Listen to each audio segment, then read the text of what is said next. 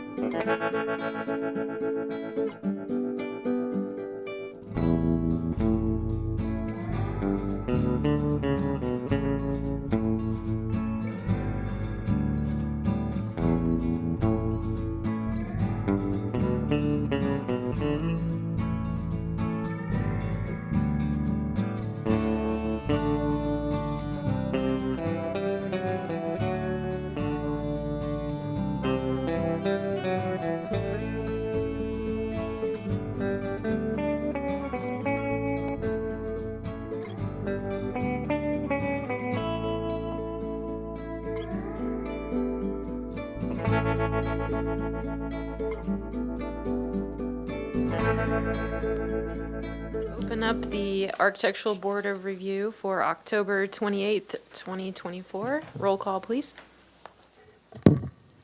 Thank you, Chair Anderson. I'll start with roll call. Board Member 6.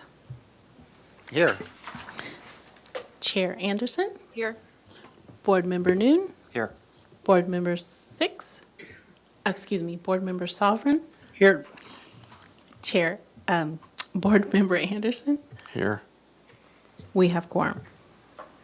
Okay, we will move on to item A of general business, which is public comment. So any member of the public may address the board for up to 2 minutes on any subject within our jurisdiction that is not scheduled on today's agenda. Thank you, Chair Anderson. At this time, I did not have any general public comments for today, and I did not receive any slips. If anyone wishes to fill out a slip and bring it to me, they may do so. I see no one in the audience moving to do so, so we will turn our attention to virtual attendance. And at this time, I do not have any hands raised for general public comment, and we did not receive any written correspondence for general public comment. So at that, I'll turn it back over to you, Chair Anderson. Thank you. We will close general public comment, move to item B, the approval of the minutes of the regular meeting from September 16th.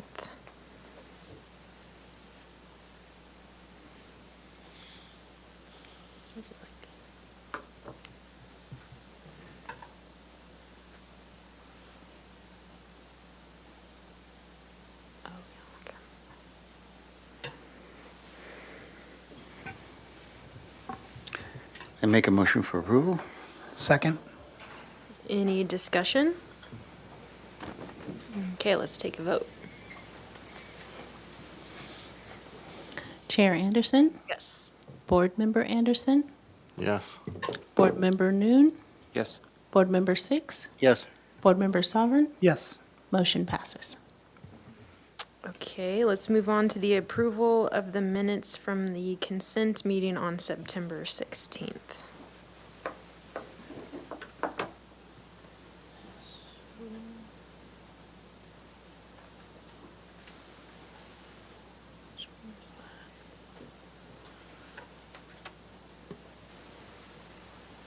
I'll move we accept. Second. Take a vote. Chair Anderson, Yes. Board Member Anderson, Yes. Board Member Noon, Yes. Board Member 6, Yes. Board Member Sovereign, Yes. motion passes. Okay, let's move on to the ratification of the action taken on the consent calendar for October 7th. Chair Anderson, if you would like to read out that whole line, we can make that all in one motion, and then I'll go ahead and read the tables for each date. Okay, so then let's move on to the ratification of action taken on the consent calendar for October 7th, October 14th, October 21st, and October 28th. Thank you, Chair Anderson. I will go ahead and read the actions taken on each of those consent calendars. So October 7th, item 1, 214 West Gutierrez received project design approval. Item 2, 103 West Calle Crespus received final approval. For the consent calendar of October 14th, the item 808 East Coda Street received project design approval and final approval with a condition. For the consent calendar of October 21st, the item 223 West Valerio Street received project design approval. And for today's consent calendar of October 28th, the project 3060 State Street was postponed to a date certain of Monday, November 4th. And that concludes the consent items for ratification. Move to approve? I move for ratification of all the above items. Second that? Second? Okay. Let's take a vote. Chair Anderson, Yes. Board Member Anderson, Yes. Board Member Noon, Yes. Board Member Six. Yes. Board Member Sovereign, Yes. motion passes. Okay, well, let's move on to announcements, requests by applicants for continuances and withdrawals, future agenda items, and appeals. Thank you, Chair Anderson. One staff announcement. That's just a reminder that the consent reviewers for November and December are Board Member 6 and Board Member Black. Great. Thank you. And then any subcommittee reports? I don't think we have any. Okay, let's move on to item number 1, 15 South Hope Avenue. This is a new item. Again? Okay, revised project design approval. Okay, so proposal to construct a new 4-story, 46-unit apartment building with 19 automobile parking spaces and 46 bicycle parking spaces. The project would utilize the city's average unit size density program and state density bonus law. The average unit size is 703 square feet and proposed as 100% affordable. Project is a revision to the previously approved project under Plan Number 2022-86, reducing the unit count by 1 unit and revising the ground floor parking and programming. The massing and footprint remain unchanged. Project design approval is requested. It requires compliance with the project compatibility findings, urban design guidelines, and the Upper State Street area design guidelines.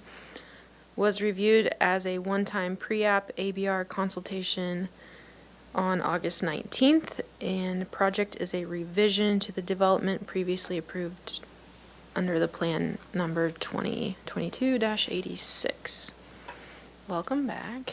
If you'd like to introduce yourself, you'll have 15 minutes to present the project and any updates, changes, and there you go. Thanks very much, Chair Anderson and board members. I'm Gail Azam with the Housing Authority. I'm here with Rob Fredericks, Executive Director of the Housing Authority, and Scott Walter, our architect.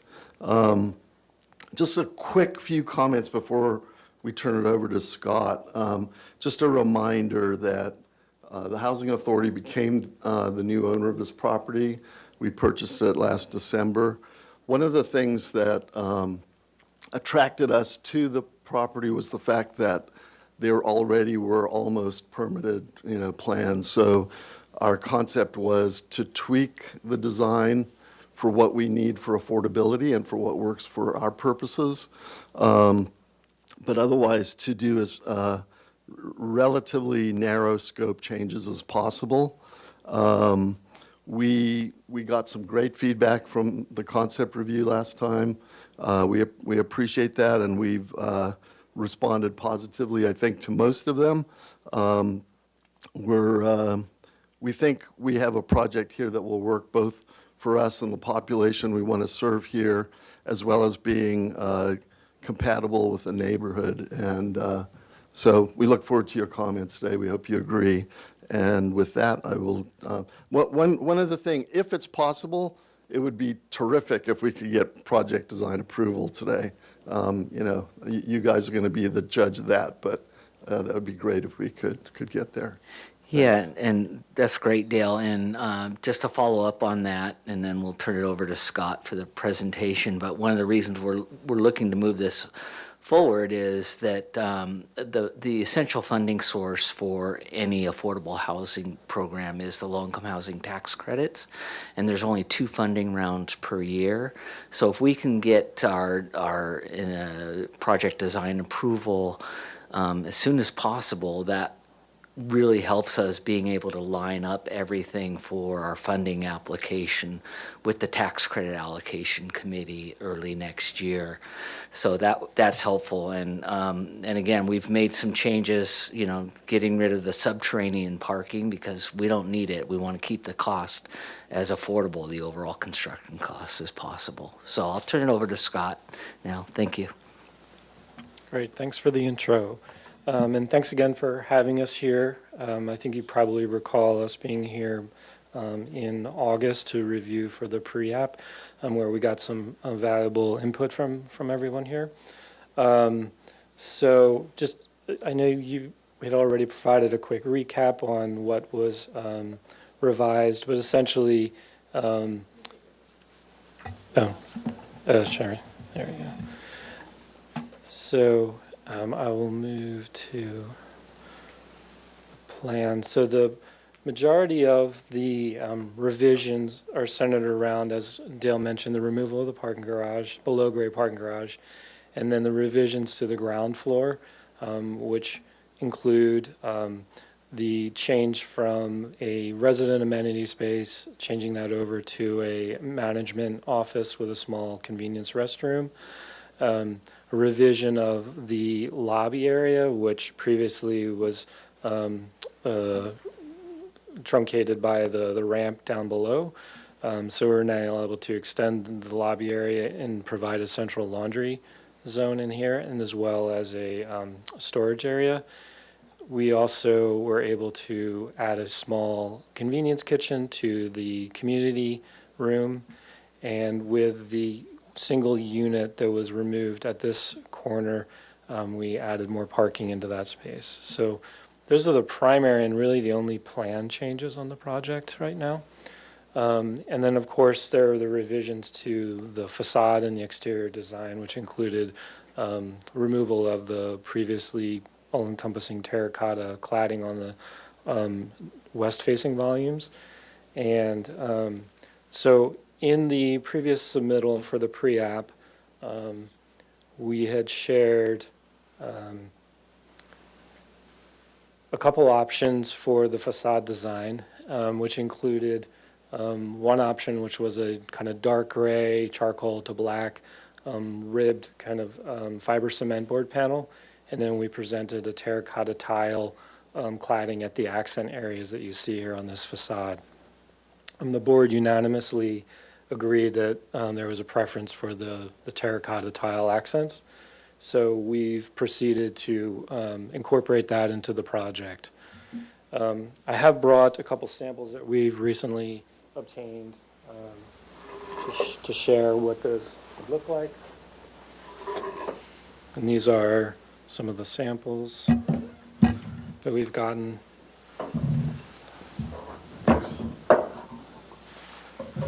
Which we think are quite attractive. City and, TV, please zoom in on the items on the table, please. And will look quite attractive on the project. One of the second comments that we got was the board members had expressed a preference for a traditional Spanish-style plaster. So what we are proposing to do is to utilize the Santa Barbara smooth plaster on the primary west-facing volumes of the building, so the most visible portions of the building that are facing Hope Avenue. And I know you all know what that looks like, but we thought we'd bring one anyway. And this is primarily, the sample is for kind of texture. We have subsequent samples for color, which I'll touch on that later. Well, might as well while I'm at it. The color sample, which was selected to match as closely as possible to the adjacent building, So you can kind of see, we're trying to, in the renderings, the best we can, communicate the texture and the coloration. And we did kind of match that color with the adjacent building, the Fidelity building, so that we can be the best neighbors possible and not too bright, which was a comment we had received previously. So another thing that the board had requested was that the colors overall be toned down.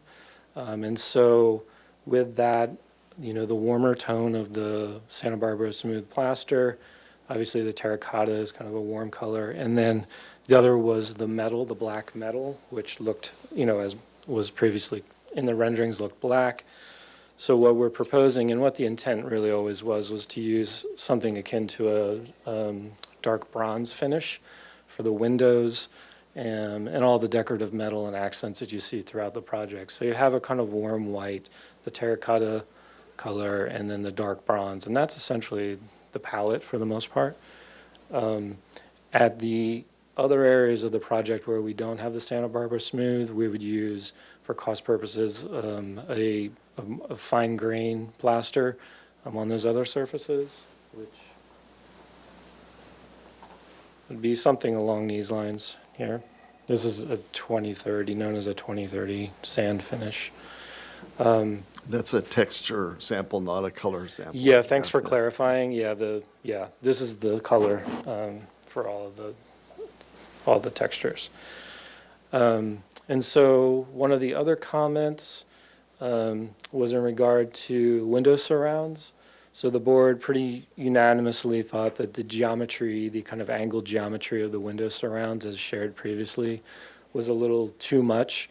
And so we've removed the kind of varying geometry, and now the window surrounds project 4 inches consistently all around. And so there's no sort of angled geometry associated with those surrounds anymore as a response to the comments we received. Another comment that was received was addressed the transition of materials at outside corners, which was a concern. Particularly that was occurring, at this corner here. And so we have, as you can see from this rendering, we've returned that terracotta tile back. There is a transition happening from the plaster to the terracotta, but it's not happening at the outside corner any longer. So there's kind of a closer up view of that, and I think we had some details in the package as well that was provided to show that transition. Let's see. At the garage entry, there was a comment regarding whether or not, or a question I should say, whether or not there was a secured access or a gate or what was happening at that area. We will have a kind of a roll down security gate that will be in a dark bronze finish to match the rest of the decorative metal accent colors. It's kind of a gridded rectangular pattern, and you know, it's rolled down, rolls up and down, and it's, you know, they're fairly utilitarian, but we're going to select something that's relatively attractive within that family of products. And then I'll jump down. There were some questions regarding the relationship to the adjacent building and a request to share plans at each floor level and a representative section. So we did compile those. Actually discovered we had shared these probably back in 2016 as well. So, so at this level, this is our garage level, which is the adjacent building to the north, which is at the same garage level. It's at the building, the adjacent building actually sits a bit higher. So on the next level is also their garage because of the height delta. So our level 2 is still at their garage level. And I'll show you this in the sections as well once we get through. At level 3, then we're coming into where the adjacent properties units begin their sort of lower level of their units, which sits on top of their garage. and then up to the next level, the fourth level, which is a similar relationship. So you can see that the building, where at the lowest level where their garage is where our building is closest to the property line. But as we move up, generally the rest of the building, our building is stepping back from that property line. So if we proceed to the section. So you can see that our garage, relative to the garage of the adjacent building, this first unit on level 2 is still essentially facing the garage of the adjacent building and also steps back. And then these upper levels are stepped back as well. So the adjacency to the neighboring building increases once we get above our parking level. So that's kind of the summary of where the design is at and our responses to the comments we received in July. So I'm happy to take any questions. Okay, thank you. Let's open up public comment for this item. Thank you, Chair Anderson. At this time, I do not have any slips for this particular item. However, if anyone wishes to fill one out to make a comment, they may do so. I see no one in the audience moving to do so, and we will turn our attention to virtual public comment. And at this time, I do not see any hands raised for virtual public comment, and we did not receive any written correspondence for this project. So with that, I will turn it back over to you, Chair Anderson. Okay, thank you. We will close public comment and go to questions from the board. Board Member 6, would you like to start? Yes, thank you, Chair Anderson. Number one, the soffits in the inset balconies, are they going, and on the first floor overhang, especially at the garage, et cetera, will those be plastered or will they be plaster, white plaster? At the garage level, it'll be plaster, and then as well at the inset balconies will be plaster. We'll probably color the plaster at the inset balconies because the side walls are the terracotta Yes, okay. as well, but I don't think we want to put the tile on the soffit itself. Okay, and then if you could go to your proximity plans, first of all, the section, just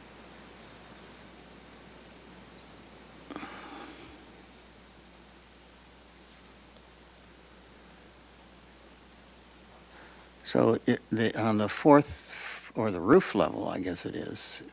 Is that one of your striated plasters, or is that a mechanical screen? We haven't looked at the material.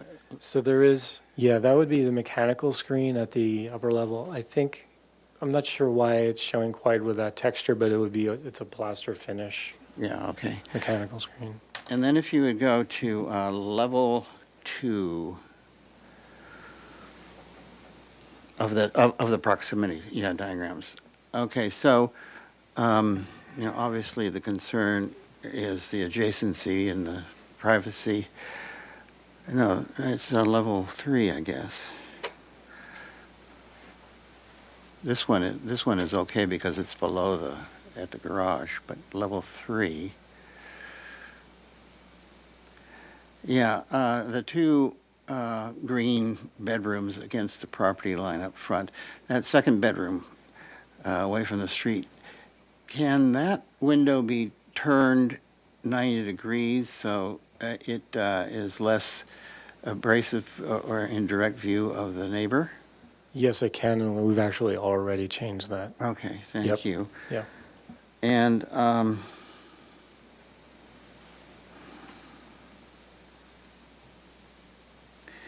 so if we could go to your details, I think it's 4 or 5 down. It's the soffit detail. It's kind of a leading question, but no, next one, next. That one. Is that drip metal edge going to be expressed in black, or is it, it just goes away with the white color of the plaster? It would just, the intent would be for it to go away with the white color of the plaster. Okay, and then on your vertical outside corners, would you have a metal, or would it just be a round, on outside corner, plaster to plaster, would it be just? Just Turn- plaster to plaster, 90-degree corner. Turning Yeah, corner. no expressed Good. materiality. All right. Yeah. Thank you. I think those are my questions. Oh, one more, sorry. And on your bike systems, it's really not an architectural thing, but make sure that you're accommodating the thicker and bulkier e-bikes. The standard systems these days, I don't think are appropriate, so, Okay, good point. Yeah, I hadn't considered that. Thank you. okay. Yeah. Board Member Noon? Just a quick question. Can you clarify again the sand finish, where that was? So, yeah, the sand finish would happen on portions of the building that are not the front facing volumes. So on Hope, there would be the three sides, the north, the west, and south of each of the two volumes there. And then everywhere else would be the sand finish. Okay. And is that a cost? Is that, okay, Yeah, it's a cost-related Yep, okay. decision. Yeah. thank you. Board Member Sofferin? No questions. Board Member Anderson? Do you have a detail of the inset balcony? It looks like there's a frame around it, or is there no frame around it? There is a frame around it. There's a surround. I'll find that detail.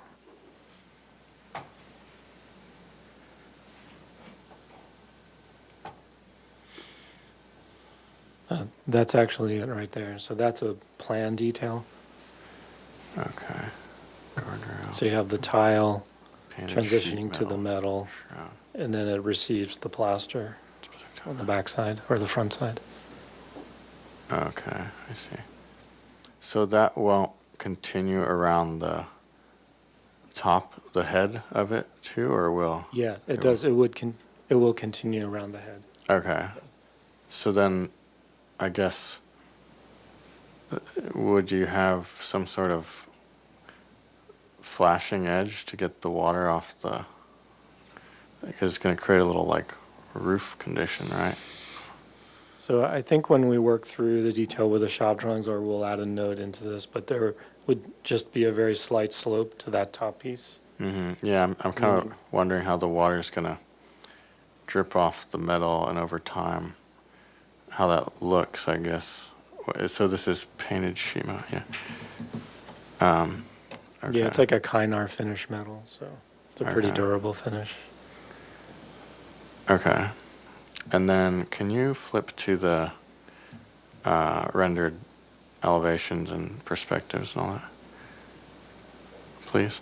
So then, So like these elevations, or do you want to see the renderings? no, the first few pages you had up, Okay, yeah, sure. of the Oh,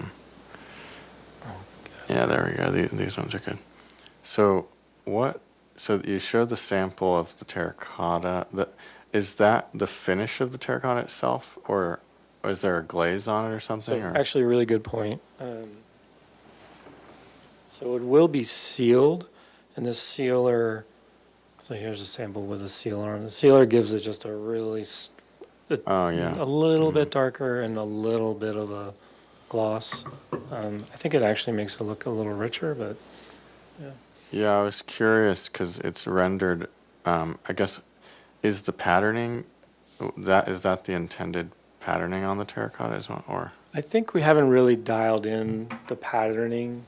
I Okay. think there may be further conversation with the contractor and their tile, or to kind of arrive at what maybe is what looks best and is most cost effective. A kind of gridded pattern like that may be difficult to achieve with a tile such as this that has a lot of variation to it. So we may want to accommodate with a running bond or something that doesn't quite depend on a perfection of alignment. Okay. And then why did you do board form concrete on the base? Well, this goes back again to 2016. So that was not a recent change. I think that was an initial effort to add some degree of materiality or variation on the ground floor. Okay. So, but yeah, that's been in there for quite a while. Okay. Thanks. I just have one question. On the section of the balcony, it looks like the face of the balcony is plaster on one side and maybe metal on the other. What is your intention for the fascia of the balcony? Yeah, so where the balconies are set in, we thought it probably looked better to let the plaster kind of run behind the guardrails.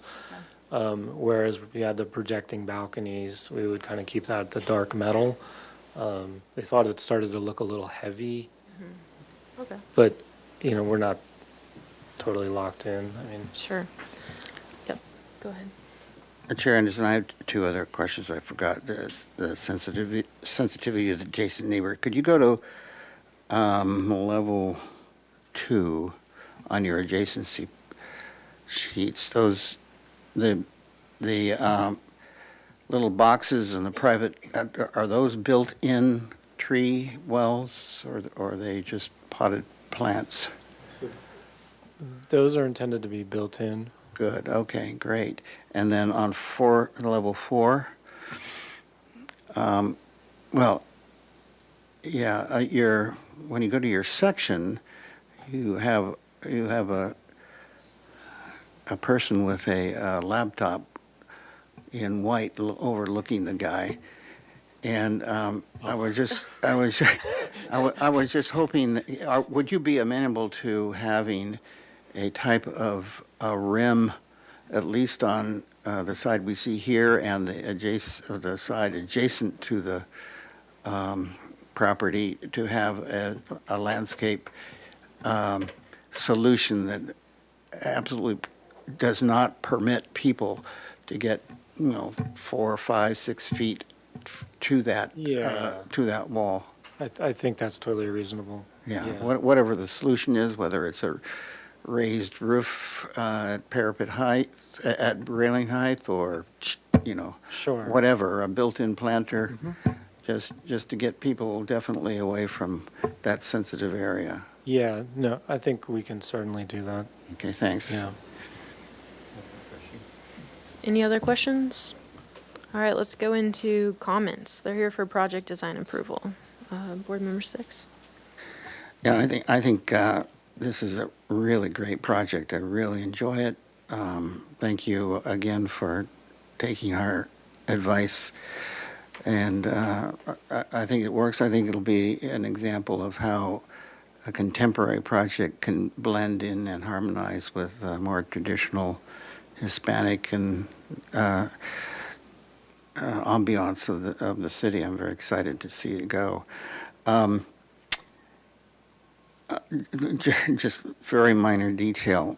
I think it would be a lot cheaper and a lot more successful if these recessed balconies just had bullnose plaster returning to the back of your tile instead of attempting the frame. I think, again, it will reinforce the idea of plaster mass or so forth. And I think there's only four of those opening. Well, there might be somebody on the other side, but those 4 openings, I think, would be would play a lot better against the black framed windows, and it would again make harmony with soffits in the corners below and to the side. I think it's not a break thing, but I certainly wish that you would consider that.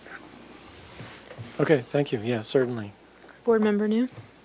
No additional comments. I agree with Board Member 6's comments and could support PDA. Board Member Soffern. No comments. I think appreciate all the changes you've made and am in support of PDA. Okay, Board Member Anderson.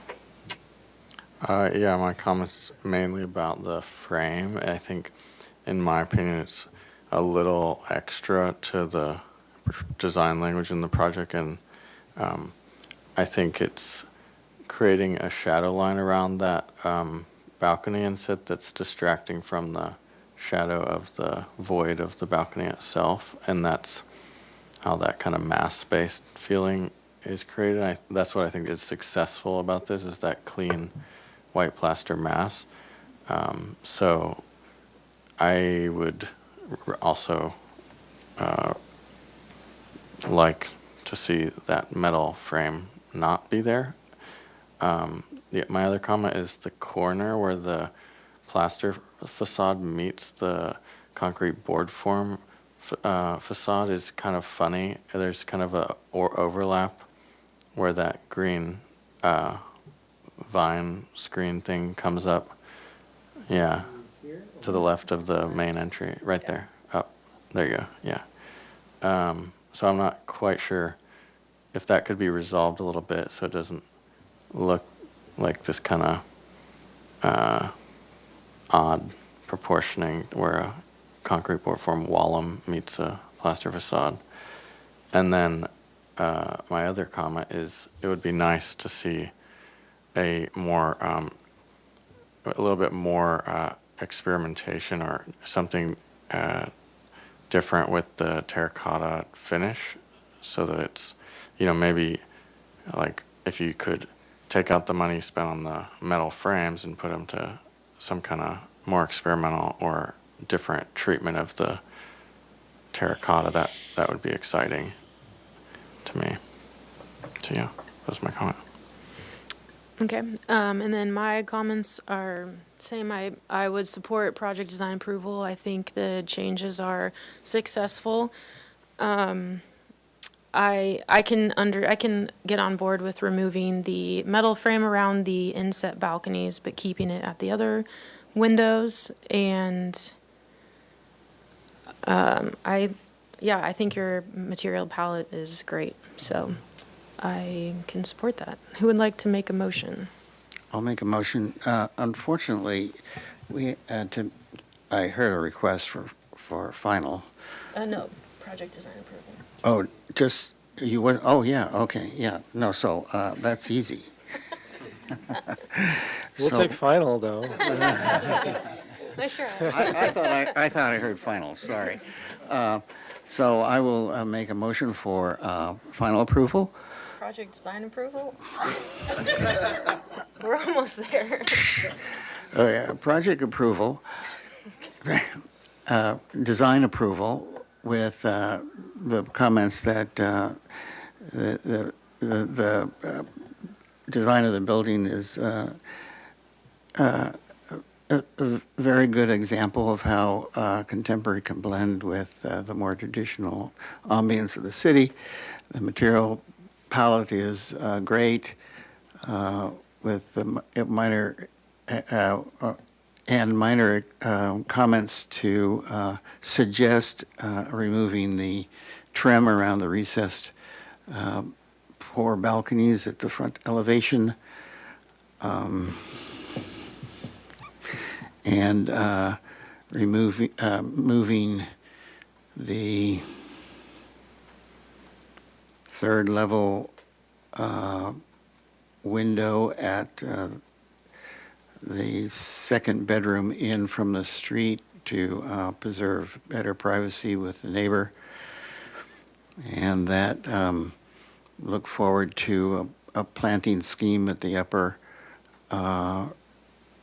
deck that prohibits pedestrian access to the edges of the walls adjacent to the neighbors, at least 4, if not more, feet from those walls.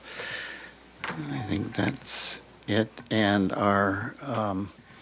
that we can find project compatibility, that this is consistent with the design guidelines of this area, and 2, it's compatible with the architecture character of the city and the neighborhood. I think that we've seen, this is very successful that way. Number 3, it is appropriate size, mass bulk, height, and scale, given the adjacent building. There is no sensitivity to, there's no adjacent landmarks or historic resources that are in the area. And number 5, there are no public views of the ocean and mountains to be affected.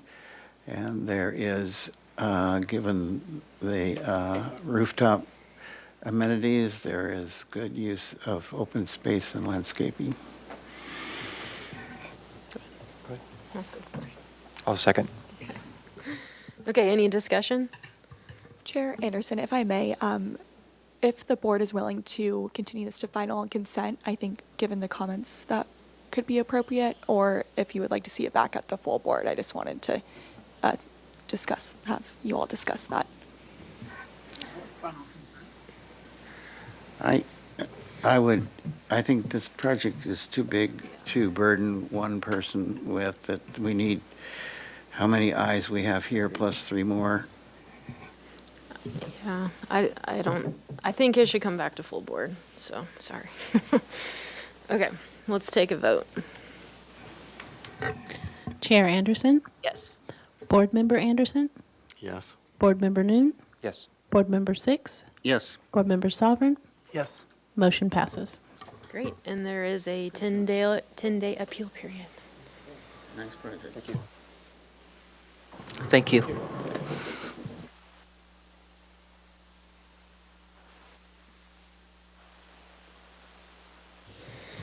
All right, we are right on time. Number 2 is a continued item for project design approval. It's 305 Rancheria Street and 512 through 524 West Montecito Street. This is a proposal to demolish the existing development, including 28 rental housing units, 49 parking spaces, and a community center building, and construct a new 52-unit affordable housing development with 76 parking spaces and 52 bicycle parking spaces on the 2.08 acre lot, or acre site. Adjusted lot size due to pending lot line adjustment. Okay, the project would utilize the city's AUD program and state density bonus law. The average unit size is 832 square feet and proposed as 100% affordable. Density bonus concessions include relief from the front setback requirement for the 3-story buildings and the height limit restriction for building B only. No density bonus units are proposed. Okay. Project design approval is requested. Project requires compliance with the project compatibility findings and urban design guidelines. Last reviewed on May 28th, 2024. Before we jump in, do you have the minutes by chance? Yes, I do have the previous minutes. I can pull those up.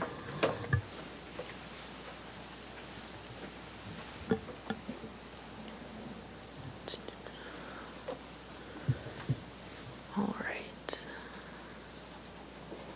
Okay, so the board appreciates the mask bulk height and scale. The board appreciates the site planning, study relocating the 4th floor to another portion of the complex to bring more light into the courtyard. Study how the columns integrate into building B on the north elevation. Study the use of palm trees, the locations and formal groupings, and where canopy trees might be more appropriate. Study detailing the architectural style to be less generic and more in keeping with Santa Barbara by providing exterior details to create a more unique style and reduction of repetitiveness, especially along Montecito. Recommends lightening the color tones for a great amount of the project, and then have some deep accent colors. No story poles needed. Verify the need for an elevator for the 4th floor units. Okay, thank you.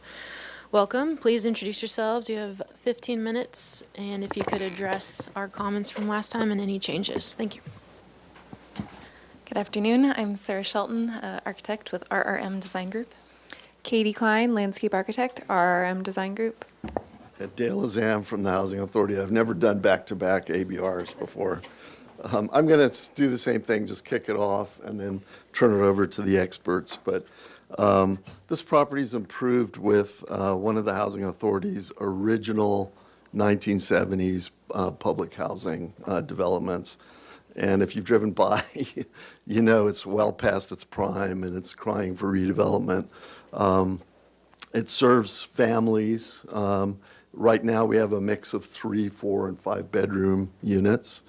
The existing vehicular circulation at the property is terrible. It's very circuitous. And we wanted to redevelop this property for a long time. It's keeping up with the decaying infrastructure has been a bit of a challenge. So we're excited to finally be moving forward with plans. Working with the design team, we came up with an updated concept for the project for the current day. We don't see a lot of demand for the 4 and 5-bedroom units anymore. So we don't need those. And while the lot configuration is challenging, we think the proposed circulation is a lot better than what's there now. And we'd have good site amenities with play areas, community spaces that are better laid out. On the surface, it appears that we have a much higher density. We do have more units. We'll be going from 28 units to 52 units. So that sounds like a big change. But because of the average size of the units, in fact, the bedroom count is only going up very slightly. We're going up from 96 bedrooms to 102. So it's pretty similar. I think we could argue, given the housing shortage in Santa Barbara, going to higher density at this location does make sense. But I also just want to put out there that in terms of heads and beds, it's not going to be that much different. We got a lot of good feedback at our concept review, and we took those changes and turned it over to Sarah and look for your comments. Yeah, thank you, Dale. To do a little recap from last time, because it's been a little bit. So we, for the site, have called the landscape plan. So there's 4 individual buildings on this site. We have 3 different building types. So building A is kind of this U shape down here. Building B is a U shape up here with tuck under parking at the top. And then building C, we have some townhomes with stacked flats on the ends, and another mirror at building C. And so in an effort to really blend into the neighborhood and provide more density than is there currently, but also not overwhelm the site, we landed at 52 units, and we're providing 76 parking stalls. So going to the comments we received from the board last time, I'm going to pull up the previous.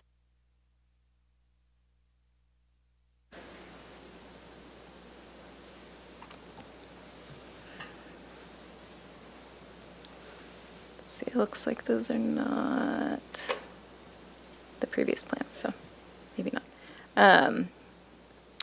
Let's see. Sorry, I may need to access the previous set of plans if we have a moment. I can pull those up for you. Okay. If you want to proceed, I'll let you know when I have them up. Okay, thank you so much. Okay, so we can jump right into the comments. One of the first comments we received was studying the 4th floor. Currently, the 4th floor is located at Building B. The back building is the only 4-story building that we're proposing. So there's a comment to see if a few of those units from the 4th floor of Building C could be relocated to Building B to Building A. We did explore that. However, it would necessitate an elevator. Given we are public housing, the project will likely use TCAC funding, and with the accessibility dispersion of the units, we would need an elevator, which would be a substantial cost to the project, and also take up room away from the courtyard. And looking at the study of the shading as well, it would end up shading likely this courtyard. So we felt that from both visibility from the street, from a shading perspective, and from a cost perspective, it made sense to keep the fourth story located as is. But in an effort to reduce the kind of appearance of verticality at the four-story portion, we did make quite an effort to elevations.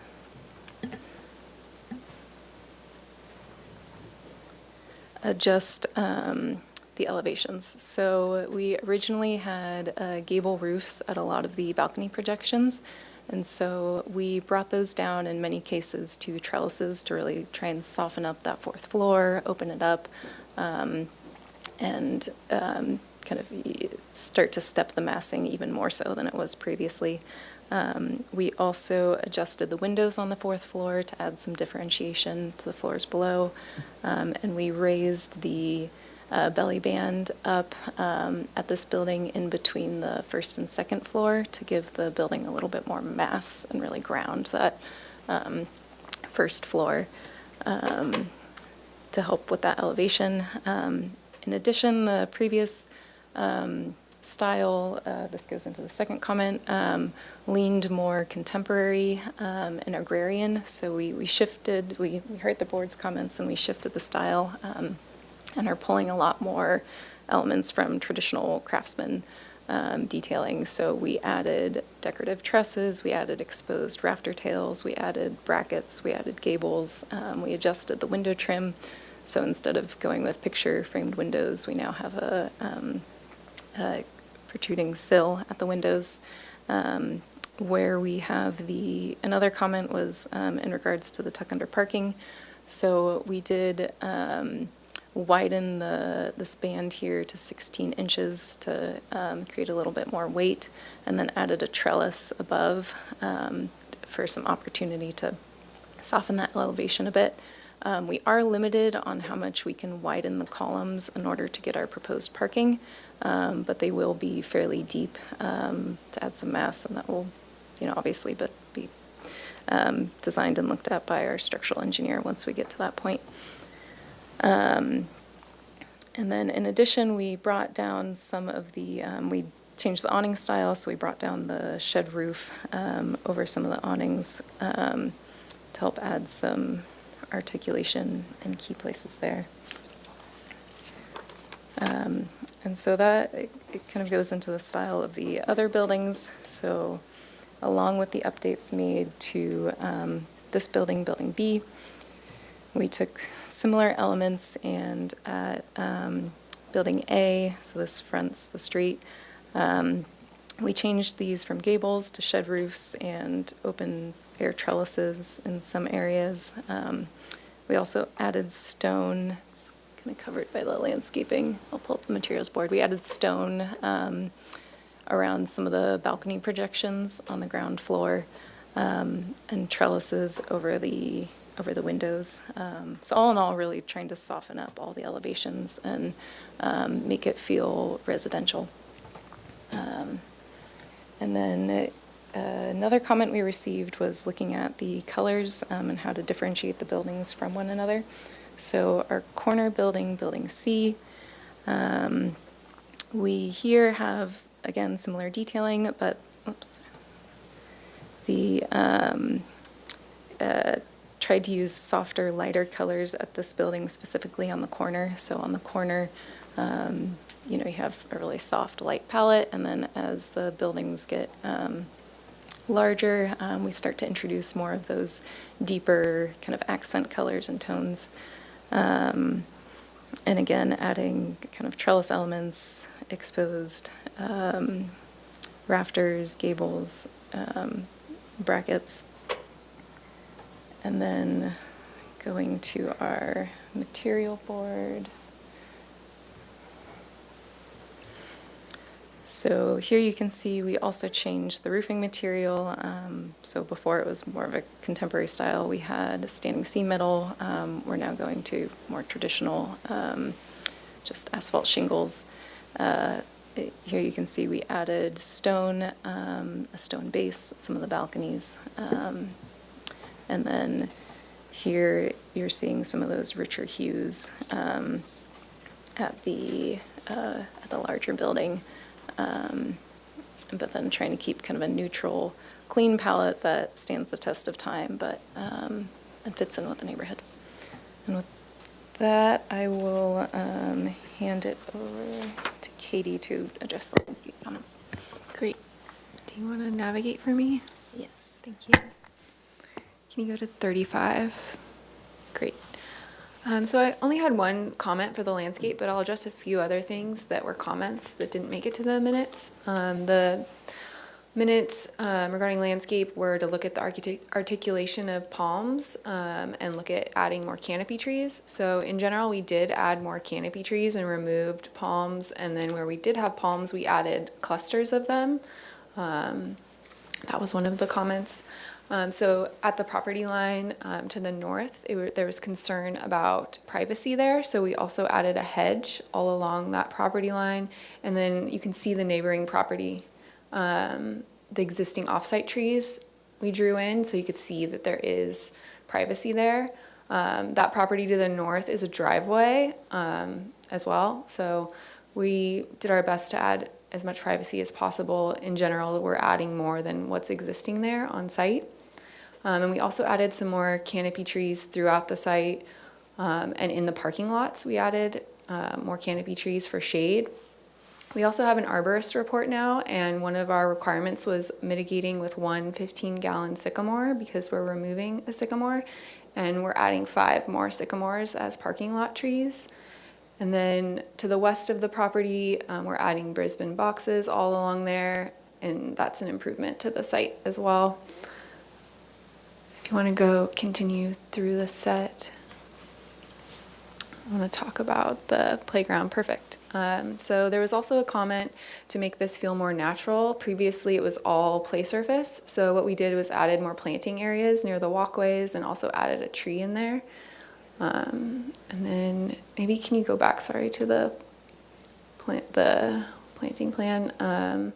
So maybe zoom in a little to the courtyards, and then I'll go over the materials board. So the courtyards all have enhanced paving, and then there's concrete pathways. So I just want to point out that we also have this varying in pavement. If you go to the materials board, yeah, let's do that really quick. So here's our plant palette. This hasn't changed much. We've just added more canopy trees. And then if you go to the next sheet, more of the palette that's very Santa Barbara. Here's our more of our hardscape materials. So we picked an enhanced paving that has some shells in it, leaning towards, since the proximity is near the beach. We have this mixed cobble, swale areas, and then permeable pavers where the parking is. And then we have these plaster walls with a stone cap in the courtyards. And then we have boulders throughout the site as well. And then here's some images of what furniture would look like. And then maybe go back to the plan and I'll just show you the arborist report.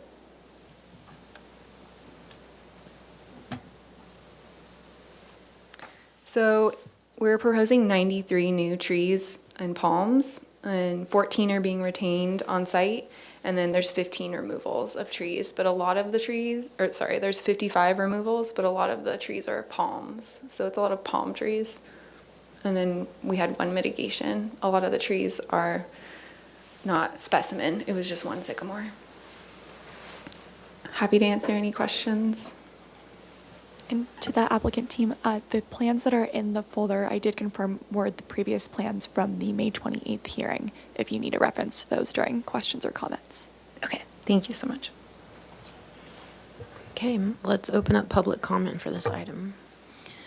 Thank you, Chair Anderson. I'll start with in-person public comment. And at this time, I do have a slip from Miss Kate Newell. If you'll approach the podium, please turn on your mic. You will have 2 minutes to speak. While I understand the need for affordable housing, I think unless you live in that particular neighborhood, what you're proposing is beyond what the neighborhood is capable of handling. and the cost of the project afforded by the city. And, unless any of you live in that neighborhood, which I do and have lived for 30 years, I don't think that it's reasonable to take down what's been working correctly and turning it into something that, one, doesn't look like Santa Barbara and still doesn't look like Santa Barbara, and then doubling the occupancy. So I'm adamantly against trying to put something in a neighborhood that's already dense, right down the block from Santa Barbara City College, and in my opinion, looks offensive and is costing $50 million is what I'm being told. So I'm adamantly against it. I mean, if it's not broke, don't fix it. It's, what we have now currently works. It's been working forever, and I don't think that we need to change it. Put it somewhere else. Thank you. Thank you. Thank you. If anyone else wishes to make a comment, they may fill out a slip and bring it to me. I see no one else moving to do so, so we will turn our attention to virtual comment.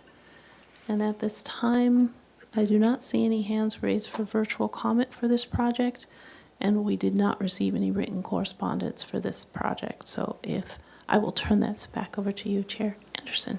Okay, we'll close public comment for item number 2 and move to questions from the board. Would Board Member Anderson like to start? Sure. So can you talk about the expression of the color and the material palette on the facade a little bit? It looks like there's a number of colors, and I'm curious what the story or idea is behind the facade. Yeah. Yeah, absolutely. So let's see here. Yeah, so we do have, Oops. oh, there you go. 9 or so colors. Got a faulty HDMI or something, maybe. Okay. There we go. I know, no one move. We've got 9 or so colors. Some of them are trim colors. So we have 2 kind of colors we're using for the stucco at alternating locations. And then kind of 3 colors we're using for the trim at alternating locations. And then 5 key colors for the various siding materials. And part of this is, there are 4 buildings, so we wanted to make sure that each building had the opportunity to have the expression of some different colors and, not be monotonous. So that's partially why you're seeing so many colors. But we also wanted to make sure that the buildings were blending with each other and with the neighborhood. And so we went with a kind of neutral palette, and we did try and kind of pull some craftsman colors for some of the darker kind of pops, if that answers your question. Were there particular precedents you looked at? I know you mentioned, I think in the prior meeting, about the agrarian vernacular versus the craftsman vernacular, and blending or pulling from those, or? Yeah, so the previous design, we were attempting to blend the styles a little bit more. So we were blending some of the agrarian elements from the neighborhood along with the contemporary, along with the craftsman. Kind of where we took the board's comments from last time was, instead of trying to blend those, leaning into one particular style a little bit more. So we chose to lean more into the craftsman style, given there's a lot of kind of examples of that style around the neighborhood. And so we distanced ourselves from the agrarian. I'm curious if there's a specific craftsman project that you looked at There are a few kind of townhomes in the, let's see if I can go to the vicinity map. I forget what the address is.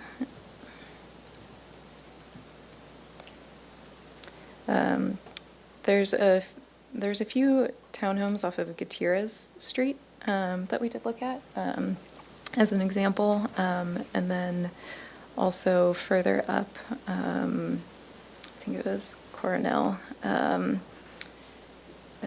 We found some examples. Okay, thanks. Board Member Soffren, questions? No, I don't have any questions. Board Member Noon? Just a quick one, very minor. I guess I could support maybe if the rest of the board did a reduction in maybe that extent of the palette, maybe not as many colors. Not a real hard comment, but it was a thought. Just go to an elevation if you. Sorry. Sorry. My mistake. Quick question then. The bracket, sorry, the bracket on the opening at the balcony.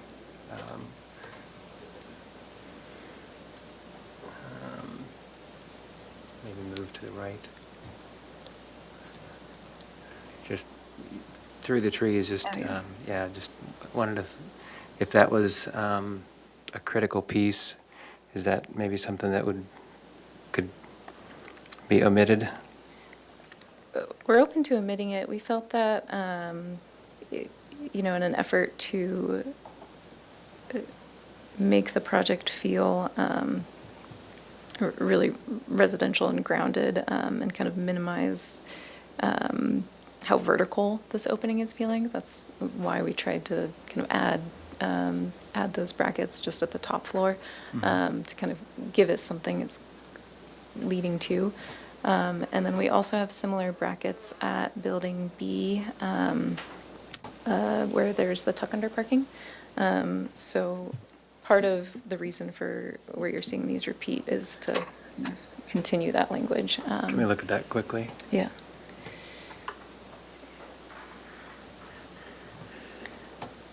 So, let's see.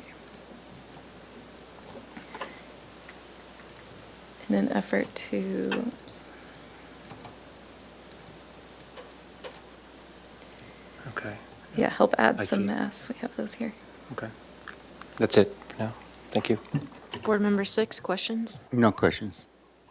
Okay, I had a couple questions. The trees that are flanking the driveway entries, is that the autumn gold tree? Yeah, ginkgo. Does that stay that color year-round, or what happens with that tree? It does change colors. Okay, but it keeps its leaves year-round, or? It technically loses its leaves, but I don't think it really does here. Okay. And then would you consider on your balconies doing a more transparent railing, like a wood railing versus a solid wall? That is something we would consider. I think we did discuss it last time. The reason for the solid wall is to help prevent the appearance of storage that, often happens on those balconies.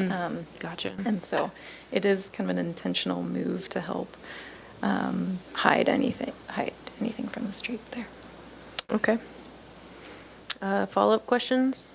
Oh yeah, I had another question. On the north elevation, what is the shaded ground level? It's just dark in the elevation, on the north elevation. For the building, let's see.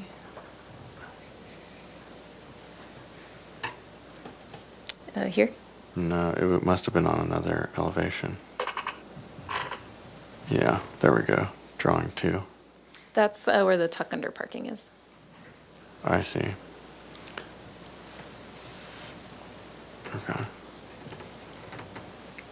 All right, let's move into comments. They're here for project design approval. So, do you want to kick us off, Board Member Anderson? My comments are just in looking at this, I think it feels like the massing is kind of, there's a lot going on, I think, in the elevations, and I think the massing is helped by stuff like the trellises and the expression of the structure on the roof rake and all these kind of craftsman details. So I think that's helping break down the massing a little bit. And I think maybe more use of the expression of the balconies with trellis could potentially further help that. I think it feels a little boxy. For example, on the south elevation, on the right-hand side, you've got a solid, looks like almost about 3 levels of green shingle siding. So I think there needs to be a little bit of refinement with the expression of the facade to kind of get a little bit calmer feeling. I think it needs to be balanced also, though, with this interest in color, because I think it's clear from your renderings, and the renderings look really nice. I think the hand feels really good, so you're interested in color, and I think color could help to differentiate these as these kind of unique buildings or unique apartments that have a richness to them. So I think it just needs a little bit more time to kind of play with the expression of the materials and the color. Okay, Board Member Soffren? Thank you for your presentation. I think you guys have done a great job of addressing all our comments, and I think the project looks really good for what you guys are doing. So thanks. Board Member Noon? Should I repeat my comment? Sorry about that. I would agree with the previous comments that were made and that I made just about the color. Again, be interested to see how the rest of the board feels about that. As you pointed out, the bracket at the tuck under parking, I thought that was successful. Didn't think it was as successful at the opening, but again, I would defer to you're the designer, so just a comment. So that's it. Board Member Six? Yes, I think it's, with the, thank you for taking our comments prior. I think it's turned out to be a very sensitive and beautiful project. I think it's very well done.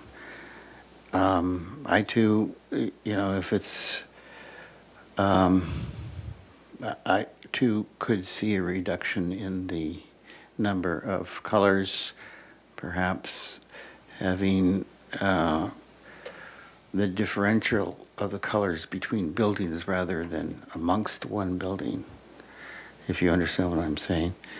And just very two minor comments. If we go to 1A 4.0, I think it's the west elevation of building B.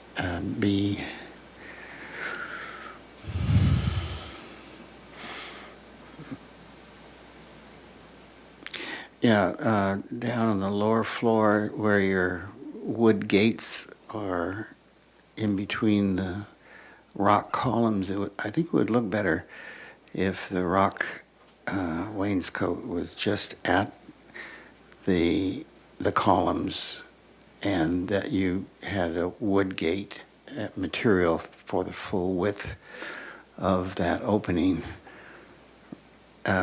It works when there's no gate and the stone is clear across the opening at other points, but I think it would be more successful when the stone comes down, supports the columns only and doesn't try to behave as a gate.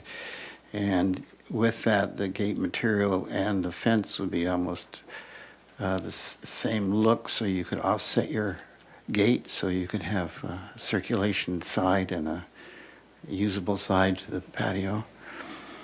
And then on your north elevation, building B, I think that I think your trellis idea is wonderful, However, you should probably, it's kind of still in the woods between,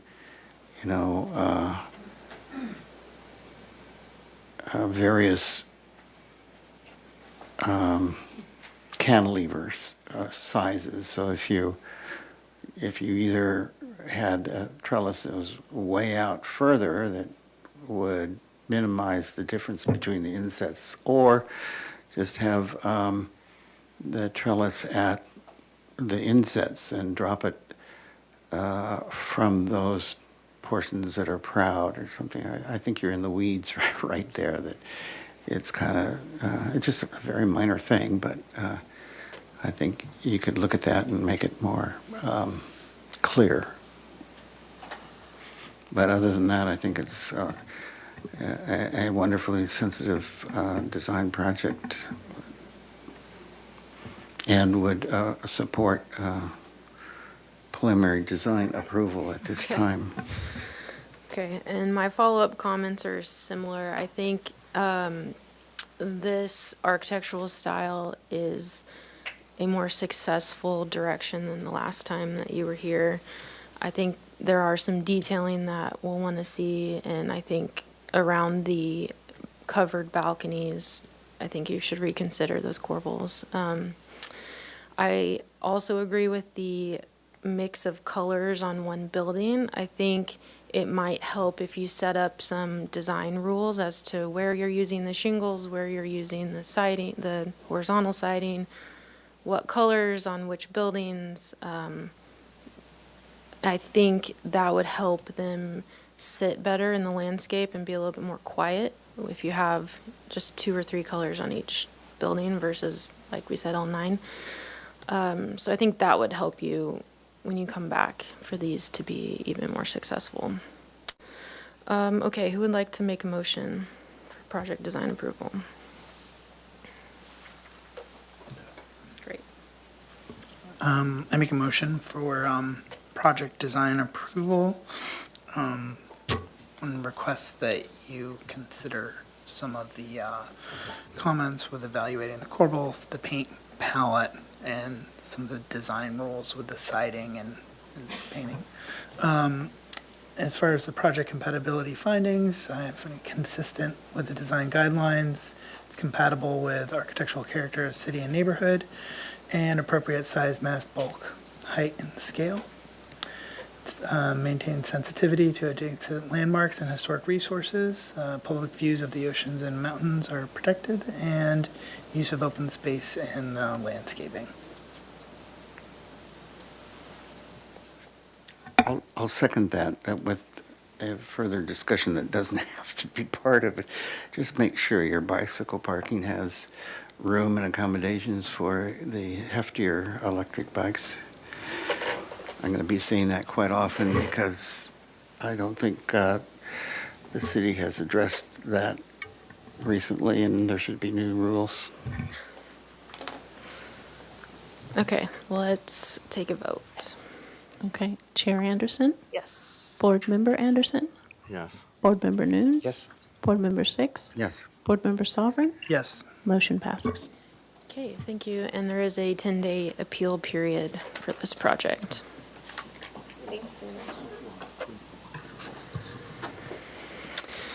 All right, moving on to, do we need a break? Okay, we're gonna take a 2-minute recess.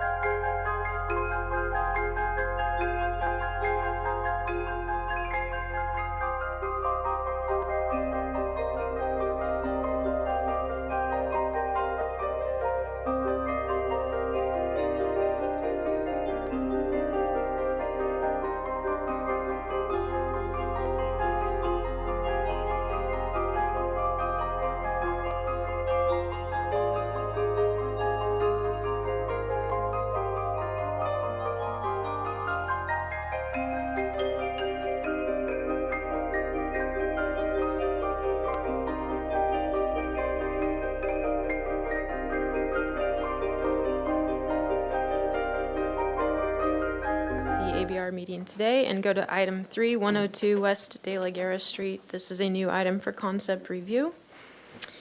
A proposal for a new mixed-use development consisting of a 5-story, 44-unit residential apartment building and 4-story plus basement self-storage facility. The parcel is currently developed with a 77-space parking lot. The site is located within the Priority Housing Overlay and Central Business District. The project would utilize Assembly Bill 2097, the average unit size density program, and state density bonus law. A concession for height restrictions for a portion of the structure to be 60 feet in height, and a waiver for open yard standards as allowed under SDBL is requested. The property is adjacent to El Pueblo Viejo Landmark District, adjacent to 101 West Canon Perdido Street, and across the street from 113 to 115 West De La Guerra Street, which are both contributing resources to EPV. Planning Commission approval of 2 development plans and a tentative subdivision map and Community Development Director approval of a density bonus is required. No final appealable decision will be made at this hearing. Project will require compliance with the project compatibility findings and urban design guidelines. Was reviewed on a one-time pre-app consultation under pre-2024-30 on April 2nd. Okay, anything from the planner? Okay. Yes, thank you, Chair Anderson.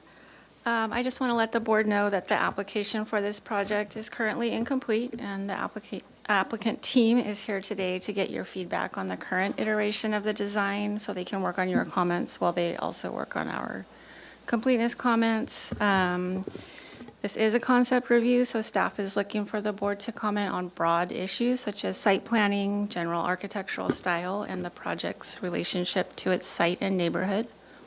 In terms of the adjacent historic resources that you mentioned in the project description, the design guidelines state that a balance between those resources and the new construction is to be maintained. So if you have any comments in that regard, we're also looking for those today. I have those guidelines we can pull up if you need to see them later. And also just ask that you frame your comments in terms of the project compatibility findings that will need to be made at a later date for project design approval. And as you also mentioned, the project did come before you previously for a concept review on that pre-application, and we can pull up those minutes. They're a bit lengthy, so I don't know that you want to read them, but we can pull them up so you can just remind yourselves. Thank you. Okay, thank you. And with that, I will hand it over to the applicant team. Okay, thank you. Well, welcome back. You will have 15 minutes after you introduce yourselves to walk us through the plans. Before you, I need Oh, to yeah, step sorry. down in conflict. So. I keep forgetting. Thanks. Okay, now. Brian Cornell. Jeff Hornbuckle with the Cornell Collective. Bob Cunningham, landscape architect. So those minutes were lengthy and not very good, but that's okay. We have revisited this. Just a reminder that there is a relationship between the storage portion of this and the historic building, the Verizon building. So there's going to be a storage operation that occurs basically within both of those, both this new building and the existing.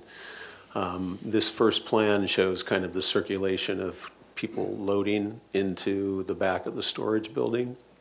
And the most important thing here that we've done, which was one of your key recommendations, is to make the back building into architecture and create indentations for more landscaping. So we've done that. We've also reduced the size of the storage and increased the residential project by 4 units. So it's now 44 units.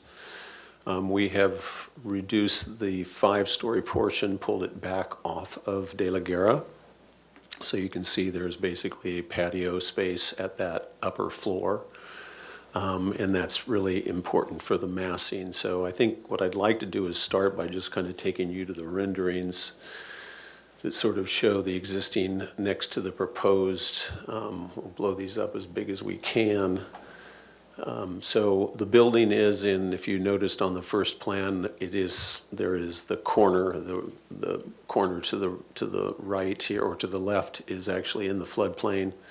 So we do have to raise the finished floor of the building up by a couple of feet. So there would be these tiled wainscot elements that would be at the windows on the street side. And so as we go through this, you can see the massing as far as mountain views relative to your findings. You know, it's important to note here that the Nordstrom's pretty much blocks the mountain views from this particular vantage point. And the building is opposite the historic building that Barbara mentioned. That project, I think maybe you have the plans for that if they want to see it, but that project is a multi-family project that has 3 and 4 stories associated with that historic building for what it's worth. The view looking back from Chapala, you can see that step back, which is important relative to the massing. And then you can begin to see a little bit of the architecture of that storage building in this view. Let's go ahead and go to the next view. We had one more on that sheet, though. No, that was it. Oh, that was it? Okay. Oh, I'm sorry. Yeah, No, you're that was right. it, yeah. Sorry. So this is actually more from the Chapala viewpoint, where you can see that massing from that vantage point, and then from Chapala looking straight across at the gap between those buildings. That's kind of the sense of the massing you will have for that 3-story, 45-foot height of the storage building. Likewise from this view, not exactly a perfect match with the photos, but close. And then finally from there's one more from Chapala that you see. Actually, the building's really not visible there because of that 101 West Ken and Perdido building. And then from De La Vina, that gap between it, you can kind of get a sense of what you'll see. So we feel that this has greatly improved the massing. I think our next sheet is the elevation, so you can see the indentations and the architecture that we're applying to that storage portion. And the important thing here, I think, is that we still believe landscaping is a critical component of that building to make it work. And then the back elevation, which is off of that alley where the loading would occur, has a large sort of 2-story archway where trucks would and where customers would park to be able to do their loading. I think, Bob, will you go ahead and describe the landscape? Sure. Excuse me. Let's start with the upper left-hand corner on the plan. That's an oak tree. That's a spot where we have enough room to plant something substantial, although it will be a little lopsided over time. Going down toward De La Guerra Street, those 2 trees are sweet shade trees, as are the ones on the other side, the right side.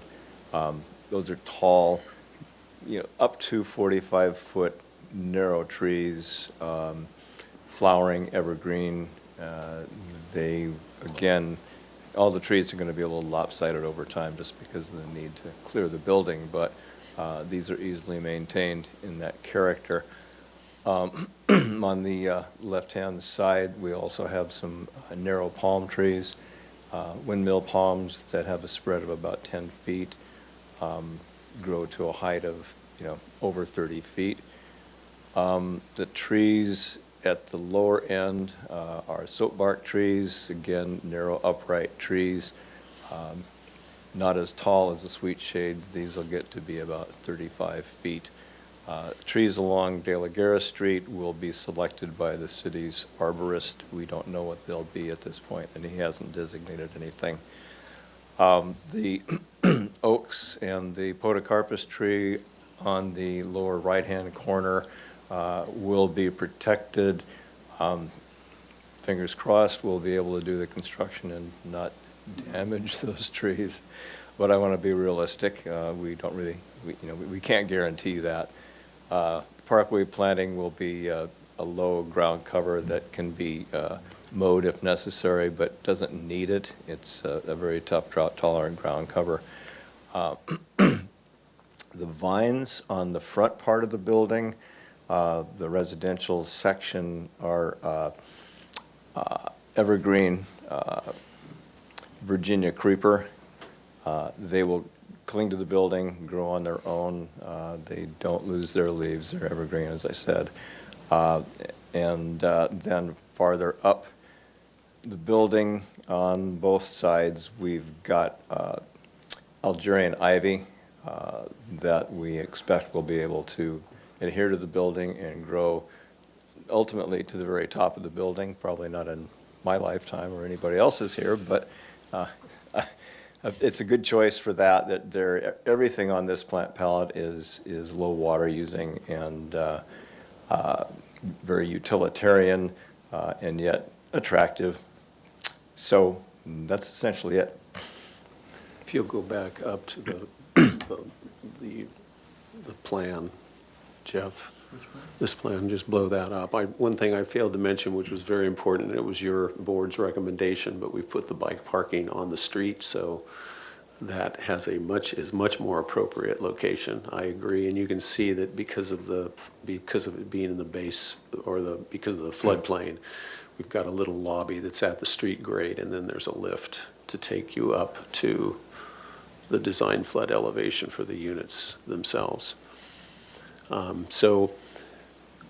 Again, Barbara explained what this project is. I will tell you that, our client has reviewed this with 6 of the 7 city council members, and I think they appreciate getting the housing in this location and the relationship between the storage of the historic building and this building. So we do have to go to Planning Commission because of the square footage for the storage. So as Barbara mentioned, your comments to the Planning Commission are obviously important, but we hope when you comment on this that you can see the improvements and look forward to continuing to improve it as we proceed.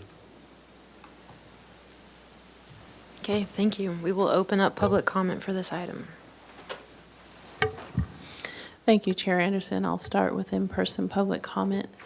At this time, I do not have any slips. However, if anyone wishes to speak on this comment, they may fill one out and bring it to me. I see no one in the audience moving to do so, so I will turn my attention to virtual comment. And at this time, I do have a hand raised. We are going to hear from a Miss Kelly Bartlett. Miss Bartlett, you will have 2 minutes to speak. 1 moment, and I'll give you access to talk. Please proceed. Hi, I'm Kelly Bartlett. I live at 121 West De La Guerra. This proposed monstrosity is almost directly across from me.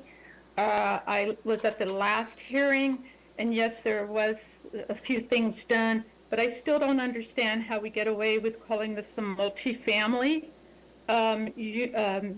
project when these are studios and they're very low square footage. It says somewhere in the language 382 square feet was the average for the studios. I don't want to live in something less than a 2-car garage. Also, I'm confused about parking. Somewhere it says there's no parking provided per AB 2097, and yet on the parcel map it says proposed parking at 26. Which is it? Let's see. Also, the density. This is it's a huge building. Yes, we have some 4 stories, but there's setbacks from the city street. This is just like a big box Galita, whatever that thing's called out there, Costco. Also, another big concern, because we ran into it here, is the flood base elevation has changed back in, 2021. And we got hit with it across the street here, and we got placed in the flood zone. And so you guys are going to have a basement. So I'd like to understand more about that. That's pretty. Oh, and then the low income and the moderate income. So that adds 6 to the 37 units. Is that correct? The variations that you've asked for from the density bonus. I wanted to know how that came out to 44 units when I come up with 43. So I don't know. Is my 2 minutes almost up? I also Yes. have, there's another person here. Right. Can she register or does it have to be separate? No, just please state your name and you will have 2 minutes to speak. Yes, my name is Marnie Pensker, and my daughter has the unit next door here at 102. She wasn't available to be here, but we have the same concerns as Kelly Bartlett does in that it just seems outsized given its location, and it's just right up against the street, and it's still going to have that monstrosity kind of look to it. And that all that storage space in the back is going to have an impact on the street as well, so, and on the neighbors. I don't understand why there's no parking either, because it's unrealistic to think that people are going to live there without cars and be able to get around. So those are my comments. Thank you. I do not have any further comments virtually, and we will move on to written correspondence, of which we did receive, but those will be posted after the meeting. And at that, I will turn it back over to you, Chair Anderson. Okay, thank you. We will close public comment. So our purview is strictly for the aesthetics of the building, so we cannot comment on the use of this project or the amount or lack thereof of parking. But if the planner or the applicant would just like to address the number of units and how you got there to respond to that public comment, that might be just helpful. Sure. So the base density is 37 units. There is a 8% low income is being provided, which is 2 units. And then we get an additional 20% bonus density as a result. That would allow us to build 45 units, but we're building 44. Okay, thank you. Okay, so let's move to questions from the board. Board member 6, would you like to start? Yes, thank you, Chair Anderson. So I knew quite well.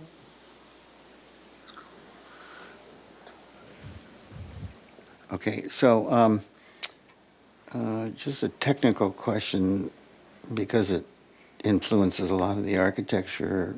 I thought a lift, Brian, was very limited in where you could use it, like in theaters and so forth. Have you confirmed that you can use this lift as you are? We're in the process of confirming that with the building department. That's a critical thing. Yes, it is.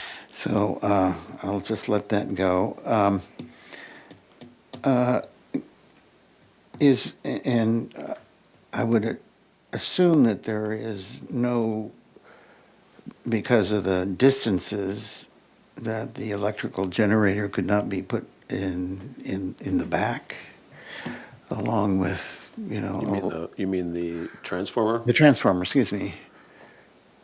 Is there a distance in wiring or whatever? Well, it really depends on where the service is and where our main electrical panel is. But we can look at that. It's possible that we could take the service off of that alley, off either Ken and Perdido Chapala or De La Vina. In the back working yard in the working back yard of area. the Verizon? Yeah. Yeah, it would seem that would be worth exploring technically to see if we could get it off the street.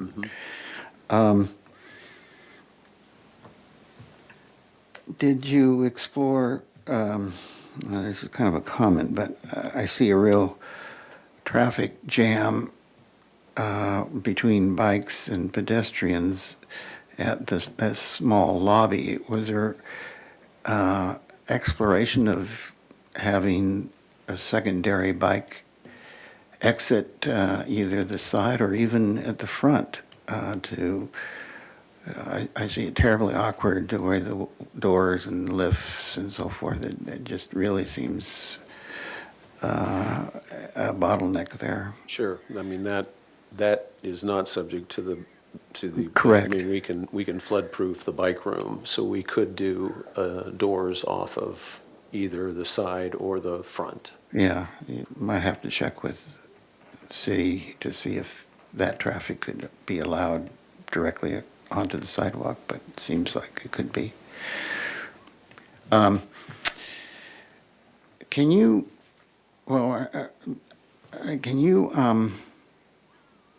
you have any images of the relative height of the front building to, or even the back building to the higher portions of the Verizon building on the corners?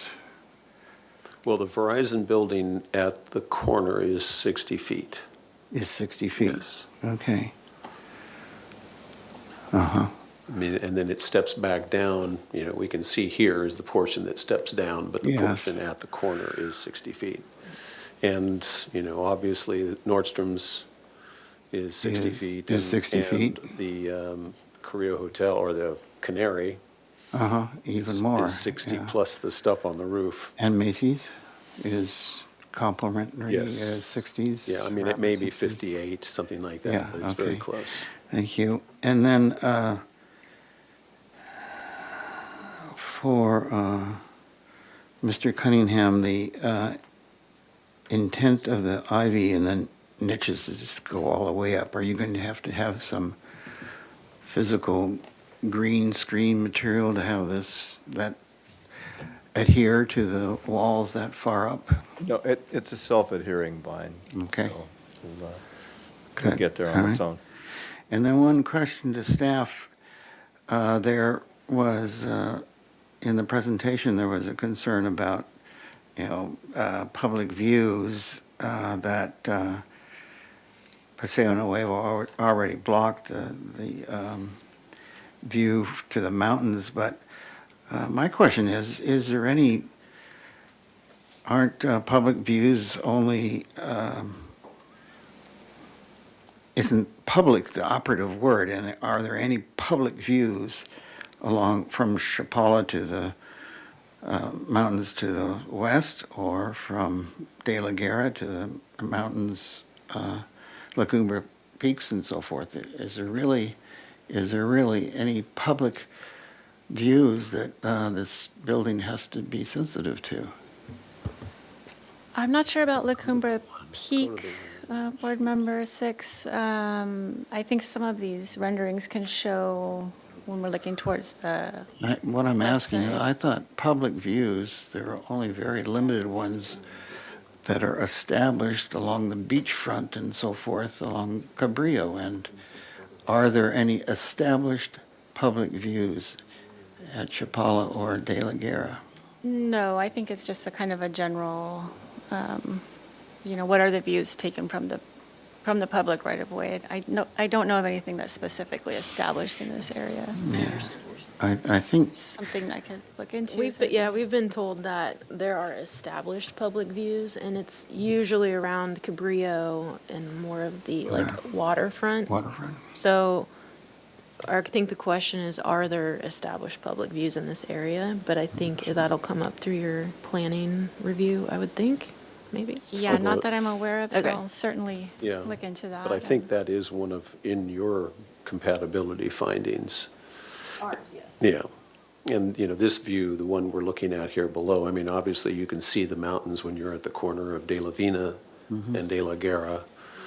But the point is that the corridors of the street provide, some view of that. And obviously we would block from this vantage point, there would be some blockage of mountain views, but not totally. Yeah, well, my understanding is that we've been governing our sensitivity to public views from established public views, and I would like the staff to really help us with that in the future. Yes, absolutely. From what I'm understanding, it's generally in the coastal zone, not so much Correct. within the general Okay, plan. I think.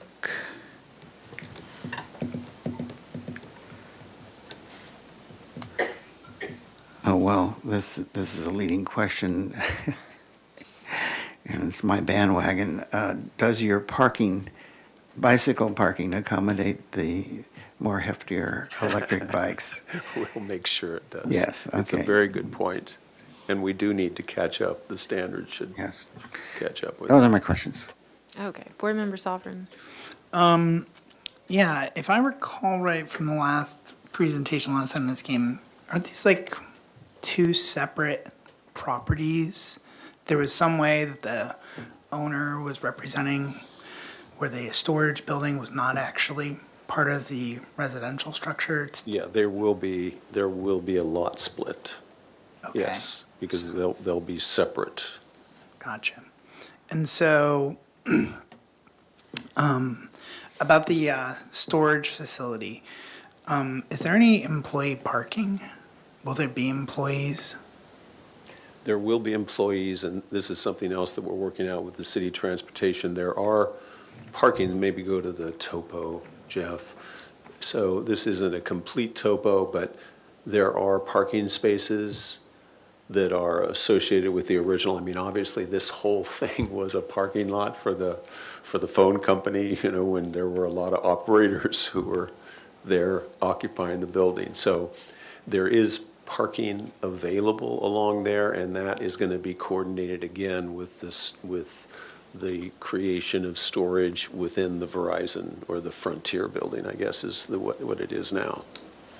Okay. So that is to be determined as far as how that is going to work, because Frontier still owns that building and our client owns a portion of it. So it's been split up. Gotcha. So there's like this big development, but we really don't know where employees would park. Well, if there are employees, there's probably one For everything? who manages the storage, maybe two, but that would be it. I think I saw in a section, there's a basement for the storage building portion, correct? Correct. And I think you were saying that you guys were raising the ground level of the apartment complex because of the floodplain. Correct. Are you concerned about the floodplain with creating a basement that's right there, part of your project? Well, no, because any opening into that building will basically be dry, flood-proofed. So we will have to flood-proof that to prevent water from entering that basement. Okay. And can you talk about sort of, last time you guys came, you had these giant green walls for this storage space, and I see that you've added some articulation and some windows, but we kind of like breezed on through that. Like, can you go elevation by Sure, elevation and sure. talk about what and I why you mean, did? I think that you can see from the elevations, these are obviously not beautifully rendered, but, the intent here is to have charming openings that are placed around the building in addition to the landscape. And I think the renders kind of reflect that. But given where this building sits in the mid-block, and given this articulation, I mean, I think it's going to feel good. We have different detailing at the roof. We have, the different windows, some little balcony elements, the indentations. So all of that comes together, I think, to really, create something that fits in here from any vantage point that it's viewed from. And I understand, I believe you're asking for a waiver for open yard standards, right? Right. Why? Why? Yeah. Well, the open yard standards, why? Because, gosh. Yeah, I mean, it's for the density of the housing. Are there any other And that's, ways that you and that's could- the waiver is obviously for the housing portion. There's no way design-wise around that, or, Well, I mean, the requirement is what, is it 15% of the lot area, I think? Maybe Barbara, you know. Yeah, but- there's, I can't recall the exact statistics off the top of my head, but there is typically a requirement for the 15% for common open yard, and then each unit would Yeah. also be required to have some amount of private open yard. But with state density bonus law, it's a waiver, and it's pretty much granted. But we are providing, that roof deck will be a common open space for all the residents. how big is the roof deck? Let's see. Didn't I bring. want to say it's like 1,000 square feet, 1,200 square It's like feet. as big as this room? I don't know how big this room is exactly, but Okay. Yeah, it's probably, I mean, it's, lengthwise, it's probably 60 feet, something like that, and 24 feet deep. Okay, great. All right, those are all my questions at the moment. Board Member Anderson? For context, so is the storage an existing building then? Is that, no, it's all new? No, there is the large historic phone building. A portion of that is going to be turned into storage, because unfortunately it can't be turned into anything else because of toxics that are in that building. And so really this is all about then making that storage business have enough critical mass to work. So these two buildings will work in concert with one another, where people will have storage in one or the other. So in the elevation, can you show what portion of the storage is new, I guess? it doesn't It's- show in the elevation. Yeah. This building This- here is the existing building, that a portion of it is getting converted to storage, and then this is the location of the new building here. Right. Okay, can I, HLC is reviewing the other storage, or it's just an interior? No, I mean, HLC has reviewed, they reviewed getting handicapped access into the building, but nothing else is changing. That building will remain as it is. But operationally, the two, Jeff, you can just put your mouse on there. Basically, there's a back entrance to that old Verizon building, and that'll be directly opposite where the entrance to this storage will be. so can I see on either the site plan or the elevation where the existing telephone company building is? Gosh. It may show on that first sheet, Jeff. The second sheet of the set, yeah, this one. Yeah, it doesn't, the corner of it is right there. I see, so all of this is new construction? Yeah, I see. it's a big, if you look at So, it's a parking lot today. It's just oh, I asphalt. see. So then, because you had said it could only be converted to storage occupancy, but this is new. That's the existing building. Okay, so this, all the new, everything here we see is new, correct? Correct. Yeah, okay. Yeah. Okay. Okay. So operationally, they're going to work together.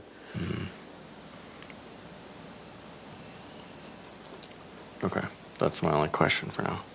Okay, can we go to the ground floor plan? Just zoom in. That.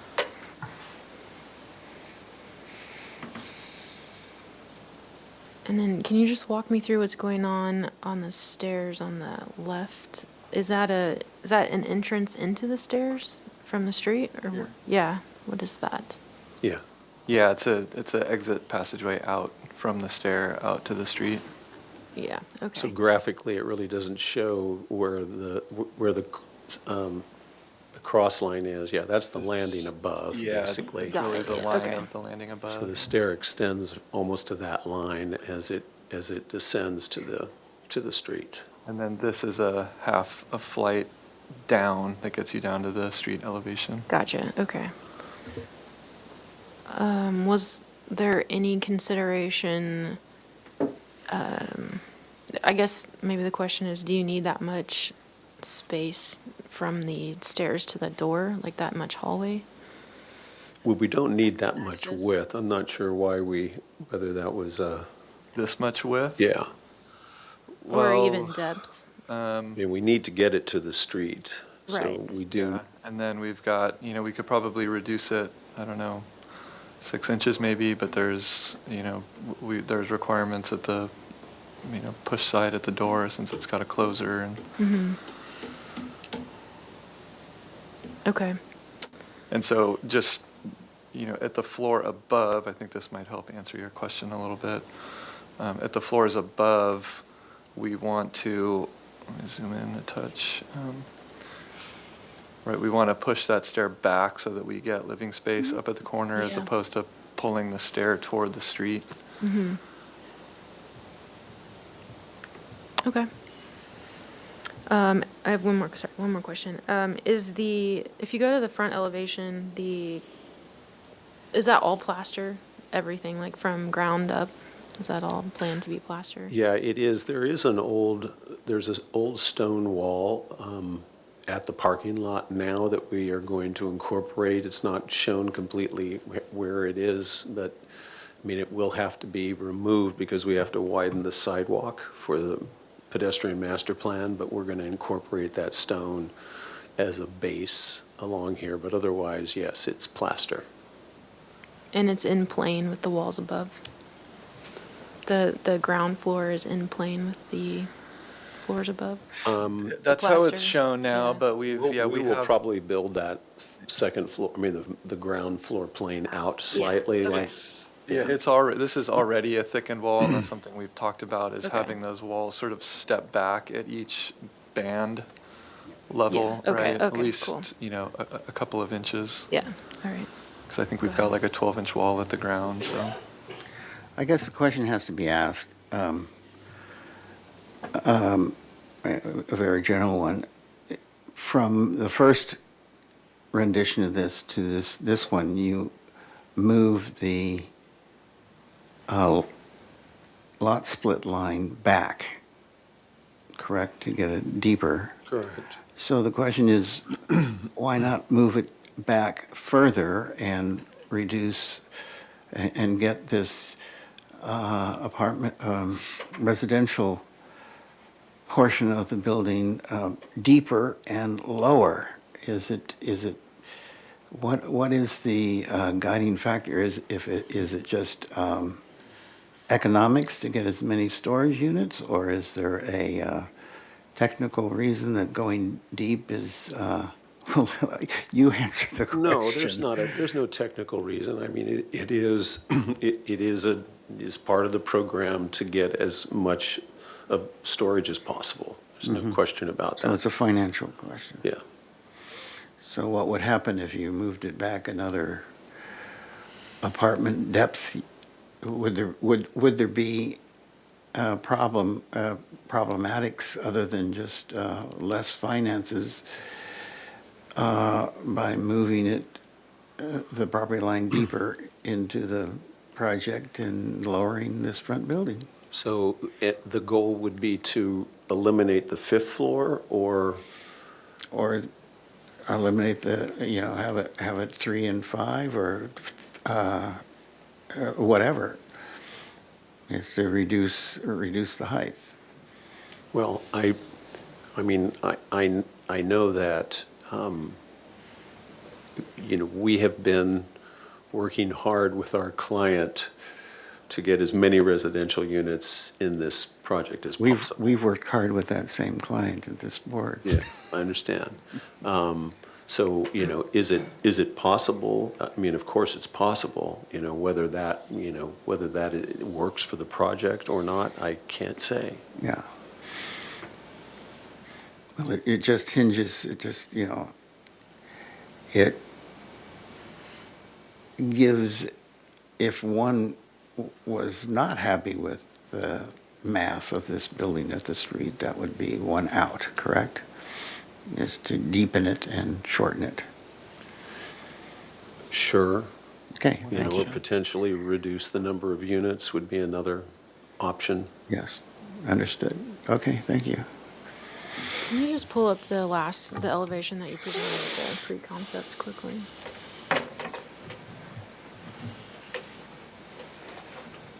This is previous? Mm-hmm. Okay. Any follow-up questions before we go into comments? Okay. They're here for concept review, so we will need a motion at the end of this. So, Board Member Anderson, do you have any comments? My comments that the building, the party for the building doesn't seem to function urbanistically, and the length of the amount of storage is oppressive from the public realm. Okay, thank you. Board Member Sovereign. I have to say, I see it moving in the right direction, for sure. There's been a lot of work done here, and really, really appreciate that. But I have to say also, I really lean in to Commissioner Six's most recent question and comments about can we lower the street side impact by pushing back, since that's already happened and there is an opportunity to push further back.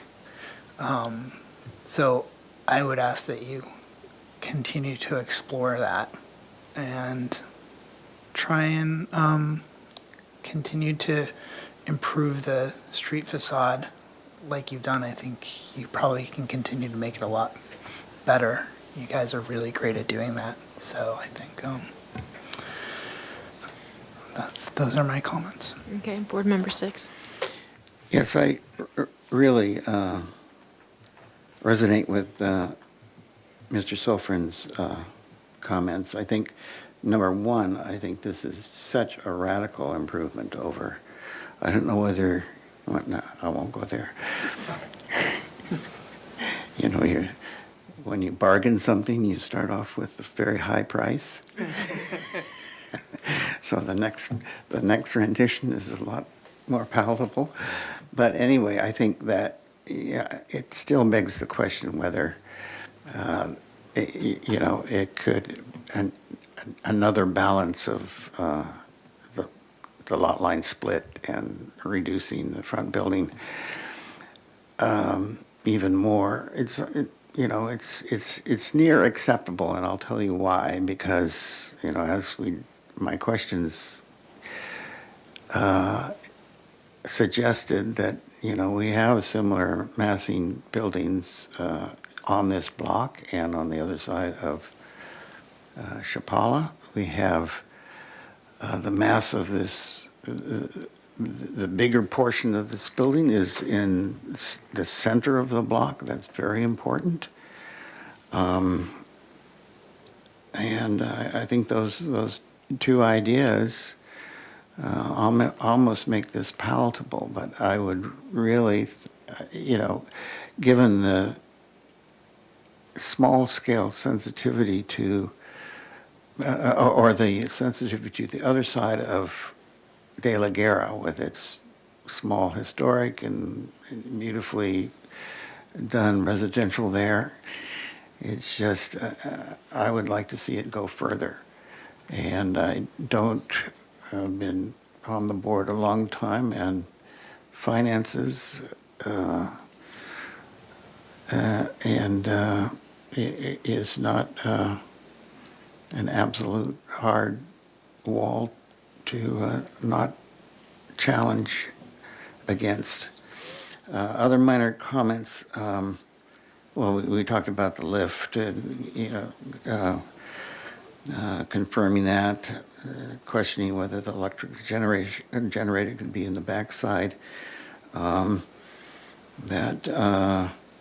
transformer. A transfer, sorry. It's okay. Yeah, I think the bike parking needs a second entry, and to confirm that you can accommodate the larger e-bikes. And I think that you might consider a fence, a decorative fence around that triangular planting area, because I think that would be very attractive to homeless, and it would become a flattened out sleep area very soon. And I think that it could be a very beautiful green piece of the architecture. I had another important thing to say. Oh, that I do understand, and I think I could accept this new idea of I appreciate the niches in the back building and the idea that, you know, it would be a green wall in the niche only, and then, you know, with a tall tree and so forth. I'm on board with that. So I think Good. that Thank you. I could accept that kind of theme, and I think it's working. Those are my comments. Okay. Yeah, I'll start with the storage building. I think it is going in the right direction as far as architectural style and massing.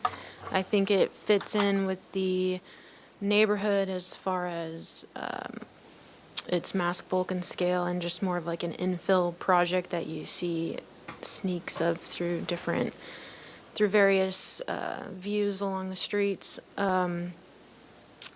I also think the residential structure is an improvement from the last time you were here.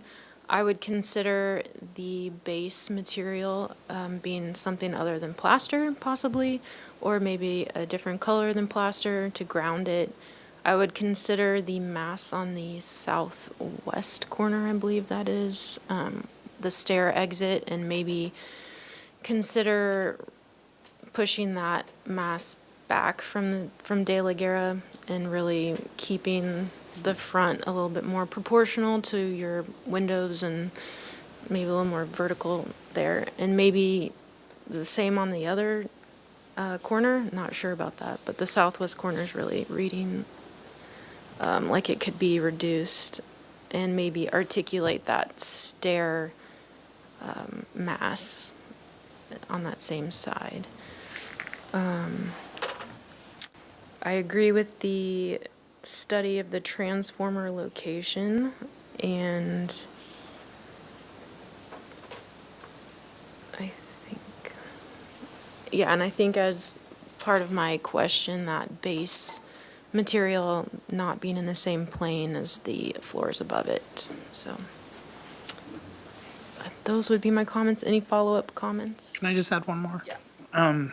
Could you consider adding a couple more window openings to the upper story, like in the storage unit, so that, you know, when I think about like the renderings, you kind of just make it feel a little more hospitable for people, yeah, just on that upper story of it. I know that we've got other, you know, like this big Verizon building and Macy's and all that, but nobody likes looking at Macy's. So I think if we could try and put our best foot forward with this and make it so that it is a nice contributor, even though it's infill, maybe that would be great. Okay. Who would like to make a motion? This is for concept review. Could I ask some questions? Sure.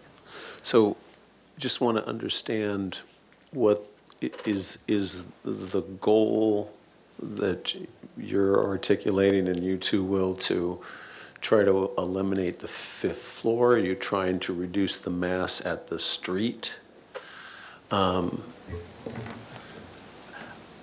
What is the primary goal? Well, I think it's, yeah, the mass at the street.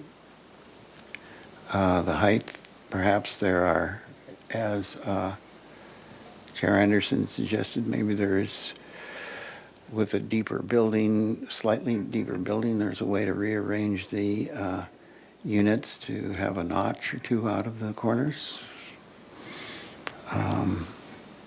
You know, I'm fighting it because I like it. But it's too big. Really? I feel like the 4 stories are okay. I mean, I think with some articulation to the materiality, to the corners. The proportions are working in keeping with the EPV district, and I mean, yeah, if there is a way to maybe push back the fourth floor, but I mean, I feel like it's working, and I think good architecture is in good proportions, and so I think we want good architecture, especially in this area. And so I personally don't have a problem with 4 floors, and so I think if there are problems, then the rest of the board should say that. You know, Brian, the reason I think I brought up the question of deepening the building for future discussions and other parties that will be looking at this. But as what I see here now in the masses and the way you've handled things, the simplicity, I think it works. Well, could we then come back in a couple of weeks to see what we can do to try to move it into a better direction and, following your comments? Actually taking mass out of it? Well, just doing what we can, because obviously the next step for this board is to be able to make the compatibility findings so that we can go to the planning commission. And we've got, we've still got work to do with staff to work out things. The lift is a really good issue that we have to solve. That may have, if in fact we can't do a lift, that changes things dramatically. But I'm hoping to get that resolved soon. So if we could do a 2-week or As I say, it's close to what I would find acceptable. Can I ask just one more question? I know we're out of questions, but it's just sort of like, because when I look at this, and like, this is a question of like working the, your favors, like, you've got, was it 2 or it's 3 units right there on the ground level, right? Yes, to the left of the bike correct. storage. And do you have any thoughts just about like, because I feel like if people are living in there, those windows are always going to have shades drawn because they're just little studios.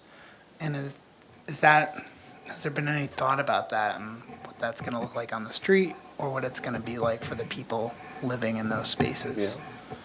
I mean, it's a legitimate question. Yeah. I don't know the answer, Yeah. but just. You could consider different glazing too, like a tinted glass or I mean, if it was storefronts, or a restaurant, it's great. But I think just because it's really just someone's apartment right there and people are just walking right next to you. Thanks. Yeah, I would think if it's a slight movement of the depth of the building further, that really picks up some opportunities to manipulate the mass. Well, I'll tell you, in my opinion, if I was going to move anything back, I would do it to create some landscaping on the street. Again, very. Which would tend to mitigate exactly what you were just talking about. I know That's a great idea. Right? I know your client is listening, but, I think, let me say this, I think we have to stand hard with that to get an acceptable building. Yeah, I think. And there's got to be, I'm sorry, there's got to be some willingness to move that. If it's just an economic thing, we've got to stand and say, no, you've got to do something further to bring some benefits to the community. And I think we should stand strong on that. I agree with you. Yeah. I mean, maybe even consider the whole left portion from that one unit over the stair. Yeah, that whole thing pushed back. So. Yeah, I mean, I think that's a really good Yeah. comment, and, that doesn't lose units, which obviously we don't want to do, but, carve that, basically narrow the frontage in the process. Yeah. Yeah. And get a bigger bike parking space. He's all about that today, so more bike. So I will make, Okay. what do we have to do here? This goes back to us again? Yeah, if you would like And- to continue to a date certain, we have November 19th, which may or may not work for you guys. And if not that, we have December 9th. Well, yeah, unfortunately, that's the date. I'm at the city council on a minor appeal, but We wouldn't need to submit drawings in advance if we're continued?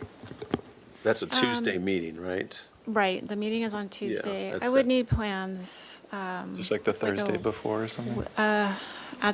A week A week in at the advance? least, yeah. So. Okay. Let's try. Yeah. It'll have to be him, which was better for you guys anyway.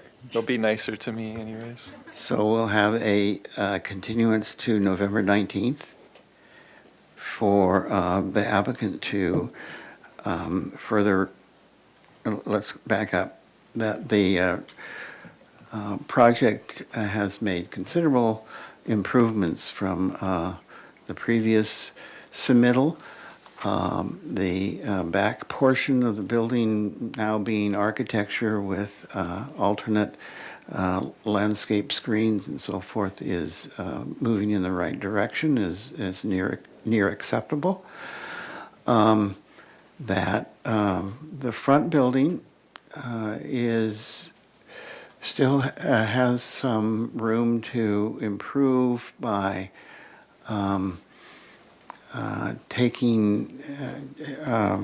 reducing its mass and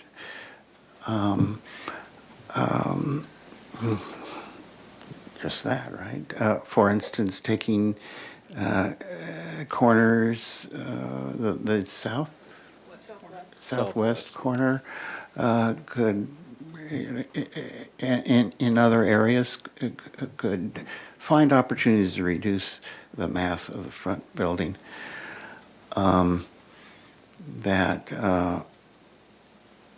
the location of the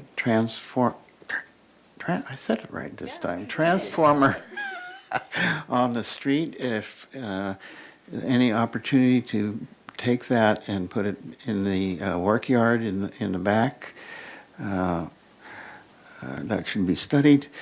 That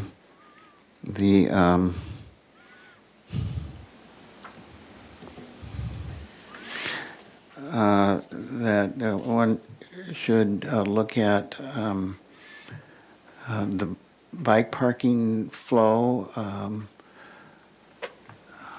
to better improve the flow and to accommodate the modern type of bicycle. That suggests that the triangular planting at the southeast corner be protected by a fence or some way to limit use by vagrants.